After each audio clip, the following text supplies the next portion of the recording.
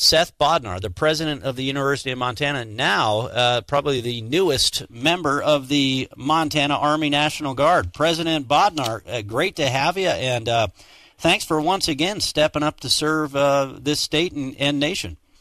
Hey, Aaron. Thanks. I really appreciate your having me on the show. It's great to speak with you, and it's an honor to become a part of the Montana National Guard. You know, I've been in the reserves since I left active duty, and I'm really honored to become a part of the Guard now.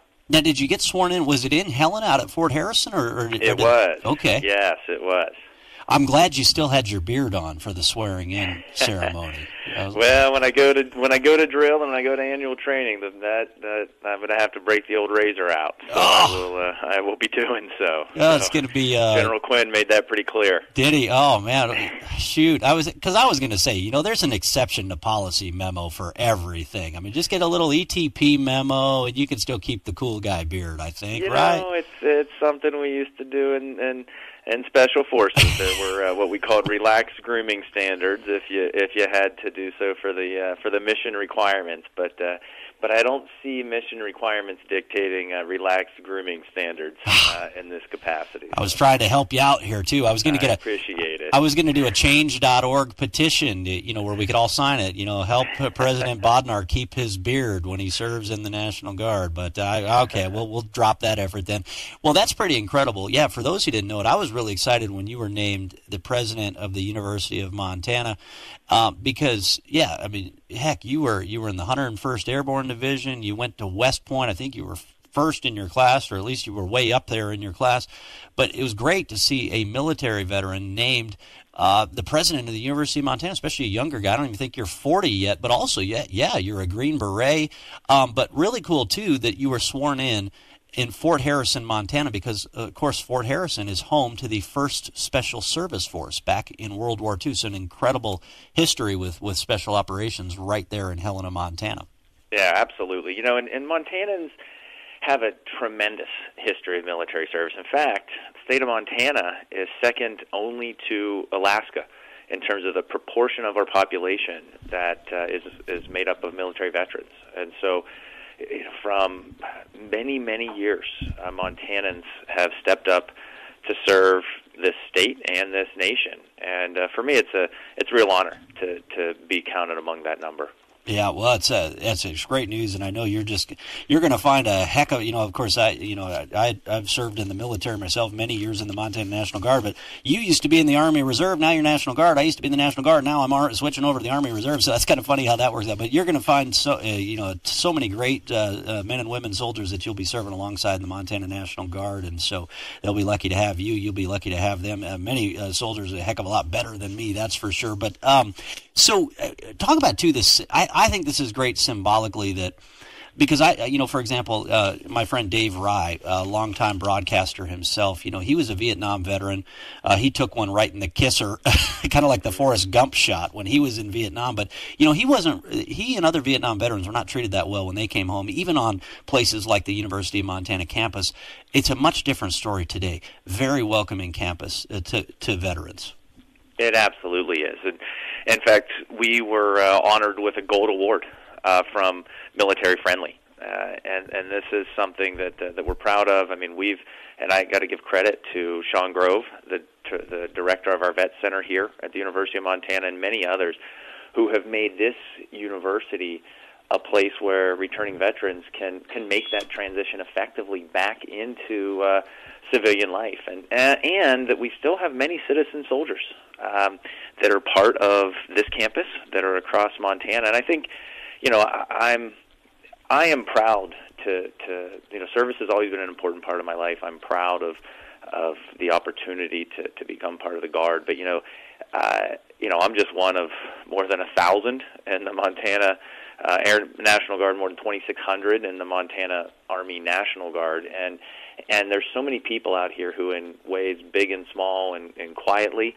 continue to serve this state, serve this country. And I also think, you know, it's important because somebody asked me, well, how do you manage this with your job? What happens if you get deployed? And the reality is, there are many employers across this state who play a critical role in supporting our service members, because frankly, an employer that does have to be concerned sometimes. Well, is this person going to get deployed? What happens to my business? And the reality is that's service on the behalf of the employer. And the Montana University system is no different. I'm grateful for the support that I have in doing this, but also for the support that employers across the state give to the thousands of citizen soldiers who continue to serve this state. And I would count these exact radio stations that we're being heard on right now, many of them across the state. They were so gracious when I got deployed, because when you do a radio show on a radio station, it's the same thing. You're part of the business, you're part of their company, and so to be, and I got deployed, but these radio stations are just such incredible supporters of our troops and the businesses that employ them also. So,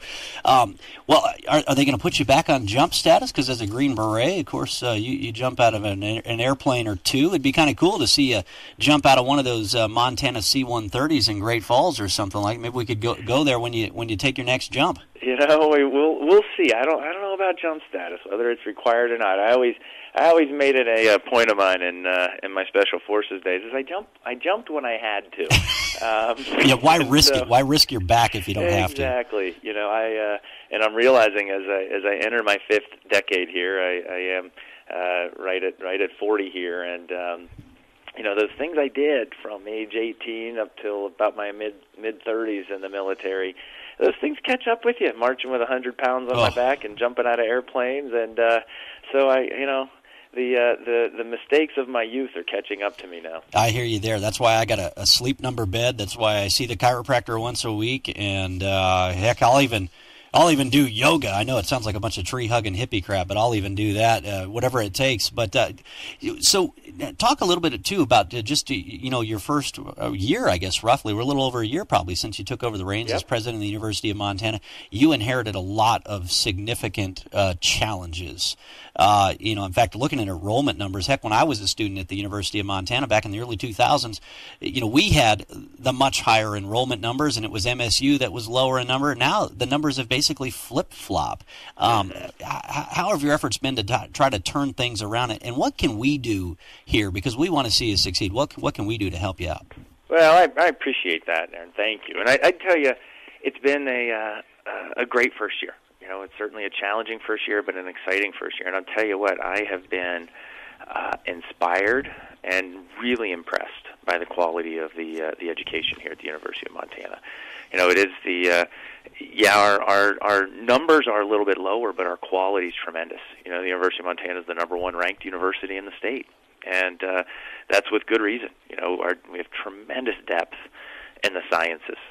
Our researchers in the sciences, our students do so well. In fact, our biology majors here at the University of Montana, on average, get into medical school at a rate 20 points higher than the national average. And we have great depth in the sciences. We have tremendous programs in the arts and humanities, and wonderful professional schools. Our business school is not just the top ranked in the state; it's the top ranked in all of the Big Sky. In fact, our accounting grads pass the CPA exam at a rate higher than any institution, public institution west of the Mississippi. I go on and on here, but I think I've been very impressed by the quality. But what I also am really impressed by is the breadth of the education, what I call the power of the and. The idea that our strength isn't just in the sciences or just in the arts and humanities or just in the professional schools, but it's in our ability to prepare students for an uncertain future, to work across disciplines and to solve problems that they didn't even know were going to exist. The reality is we had about a little over 1,200 students show up on the Oval this fall, and within the next decade, a very high proportion of them, 40%, 50%, 60%, whatever study you read will give you a different percent, but a high proportion of them will be in jobs within the next decade that don't exist today. University of Montana President Seth Bodnar on the show with us here just yesterday. The news came out. I shared it on my Facebook page, facebook.com/Flint Report. The president of the University of Montana, now also a soldier in the Montana Army National Guard. Of course, he was a Green Beret on active duty, now the president of UM. So, President Bodnar, a pleasure again having you. So you talked about some of the challenges in your first year that you kind of inherited and are working to turn around. What's your focus going to be here in this year ahead? Yeah, I'm really excited about the year ahead. I'm really excited about where we are. We spent the first year really building a team. And I feel good about the team we have on board. We brought on a new provost, the head of academic affairs, a new enrollment and communications lead. We just hired a new leader to really focus in on our students and that student experience. So as we look into this next year, I think it's a couple of key things. We have to continue to do a better job of telling the story of this great university. This is a university where you can receive, if you choose to, an education that's as good as any institution in this land. And this is a great place for students to come. And I want to make sure that people are more aware of the benefits of UM education, and that we are, second, that we're continuing to build upon and improve that education. And I think we've spent a lot of time, and are really going to be this year, expanding upon how we're creating a holistic, transformative student experience here at the University of Montana. We talked about the fact that the students that enter into this university, we're preparing them for jobs that in many cases don't yet exist. So how are we helping our students to be successful, not just in their first job, but in their fourth job, their fifth job, their 10th job, sometimes a job that they themselves are going to create. And that means that we have to make sure that they're getting the education from the books, but that they're getting those out-of-classroom experiences, they're getting those internships, that we're thinking about building that whole-of-person education. Yeah, we've only got a couple. What we're excited about. We've only got a couple minutes left here, but I want to get your thoughts on this, because if I remember right, I think your wife is from Absaroka. Is that where she's from? She is. That's right. Yeah, her family homesteaded there 5 generations ago. Wow. Yeah. So Missoula's a little different than Absaroka or Wolf Point or Billings or Lewistown. What do you think can be done, or what is being done to make UM more inclusive to especially conservative students or students who are coming from more rural areas, because the politics can get a little nasty and a little hostile there on the UM campus?